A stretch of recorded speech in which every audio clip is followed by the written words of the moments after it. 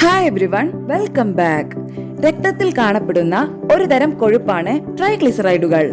നാം ഭക്ഷണം കഴിക്കുമ്പോൾ ശരീരം അതിൽ നിന്ന് അതിന്റെ പ്രവർത്തനത്തിന് ആവശ്യമായ ഊർജം ഉൽപ്പാദിപ്പിക്കുന്നു. ഊർജോൽപാദനത്തിനു ശേഷം മിച്ചം വരുന്ന ആവശ്യമില്ലാത്ത കാലറി ശരീരം ട്രൈഗ്ലിസറൈഡുകളായി മാറ്റുന്നു. കൊഴുപ്പ് കോശങ്ങളിലാണ് ഇവ ശേഖരിക്കപ്പെടുക. നിത്യവും ശരീരത്തിന് ആവശ്യമുള്ളതിലും അധികം കാലറി നാം അകത്താക്കുമ്പോൾ മിച്ചം വരുന്ന കാലറികളെല്ലാം ട്രൈഗ്ലിസറൈഡുകളായി മാറ്റപ്പെടും. കൊളസ്ട്രോൾ പരിശോധനയ്ക്കായി ലിപ്പിഡ് പ്രൊഫൈൽ എടുക്കുമ്പോൾ ആകെ cholesterol, LDL cholesterol, HDL cholesterol എന്നിവയ്ക്കൊപ്പം ട്രൈഗ്ലിസറൈഡ് തോതും കണ്ടെത്താൻ സാധിക്കും. ട്രൈഗ്ലിസറൈഡ് തോത് ഡെസിലിറ്ററിൽ 150 മില്ലിഗ്രാമിനും താഴെയാണെങ്കിൽ അത് നോർമലായി കണക്കാക്കുന്നു. 150നും 199നും ഇടയിലുള്ളത് ബോർഡർ ലൈനും അതിനും മുകളിലുള്ളത് ഉയർന്ന തോതുമാണ്. രക്തധമനികളുടെയും അവയുടെ ഭിത്തികളുടെയും കാഠിന്യം വർദ്ധിപ്പിക്കുന്ന ട്രൈഗ്ലിസറൈഡ് ഹൃദയാഘാതത്തിന്റെയും പക്ഷാഘാതത്തിന്റെയും ഹൃദ്രോഗത്തിന്റെയും സാധ്യത വർദ്ധിപ്പിക്കുന്നു.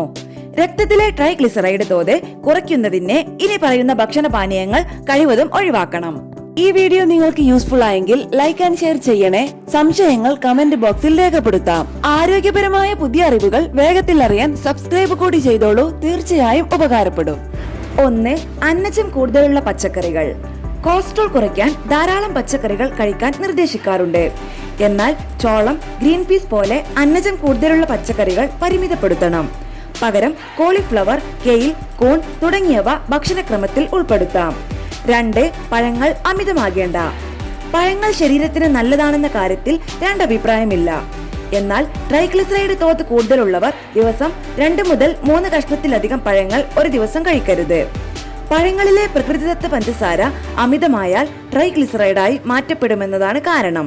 ഉണക്കിയ പഴങ്ങളാണെങ്കിലും 4 ടേബിൾ സ്പൂണിൽ കൂടുതൽ ദിവസം കഴിക്കരുത്. 2. മദ്യപാനം.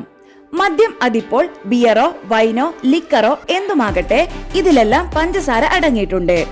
ട്രൈഗ്ലിസറൈഡ് തോത് അധികമുള്ളവർ മദ്യപാനം പൂർണ്ണമായി ഒഴിവാക്കുന്നതാണ് നല്ലത്. 4. ക്യാനിലാക്കിയ മീൻ. മീൻ കഴിക്കുന്നത് ഹൃദയത്തിന് നല്ലതാണ്. പക്ഷേ എണ്ണയ്ക്കൊപ്പം ക്യാനിലാക്കി വച്ചിരിക്കുന്ന മീൻ കഴിക്കുന്നത് ട്രൈഗ്ലിസറൈഡ് വർദ്ധിപ്പിക്കുമെന്നതിനാൽ അതും ഒഴിവാക്കേണ്ടതാണ്. 5. തേങ്ങ. തേങ്ങാപ്പാൽ, തേങ്ങവെള്ളം, തേങ്ങ ചിരകിയത്, വെളിച്ചെണ്ണ എന്നിവയിലെല്ലാം ഉയർന്ന തോതിൽ സാച്ചുറേറ്റഡ് കൊഴുപ്പ് അടങ്ങിയിട്ടുണ്ട്. ആയതിനാൽ ട്രൈഗ്ലിസറൈഡ് തോത് കൂടുതലുള്ളവർ ഇത് പരിമിതപ്പെടുത്തേണ്ടതാണ്. 6. അന്നജം അധികമടങ്ങിയ ഭക്ഷണങ്ങൾ. പാസ്ത, ഉരുളക്കിഴങ്ങ്, ധാന്യങ്ങൾ എന്നിങ്ങനെയുള്ളതെല്ലാം അമിതമായി കഴിച്ചാൽ ശരീരം അതിനെ ട്രൈഗ്ലിസറൈഡായി മാറ്റും. 7. മധുരപാനീയങ്ങൾ. മധുരമിട്ട ചായ, ജ്യൂസ്, കോള എന്നിങ്ങനെ മധുരം ചേർത്ത പാനീയങ്ങൾ എല്ലാം ട്രൈഗ്ലിസറൈഡ് തോത് വർദ്ധിപ്പിക്കുന്നതാണ്. ആയതിനാൽ ഇവയെല്ലാം ഒഴിവാക്കുകയോ പരിമിതപ്പെടുത്തുകയോ ചെയ്യേണ്ടതാണ്. 8. തേനും മേപ്പിൾ സിറപ്പും.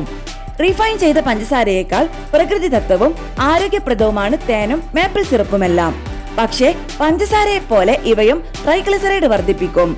ആയതിനാൽ പഞ്ചസാരയ്ക്ക് പകരം തേൻ ധാരാളമായി ഉപയോഗിച്ചേക്കാമെന്നും കരുതരുത്. 9. ബേക്ക് ചെയ്ത ഉൽപ്പന്നങ്ങൾ.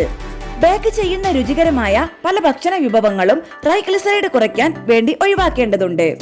ട്രാൻസ് ഫാറ്റ് അടങ്ങിയ വറുത്തതും പൊരിച്ചതുമായ വിഭവങ്ങളും വേണ്ടെന്ന് വെക്കണം. 10. വെണ്ണ.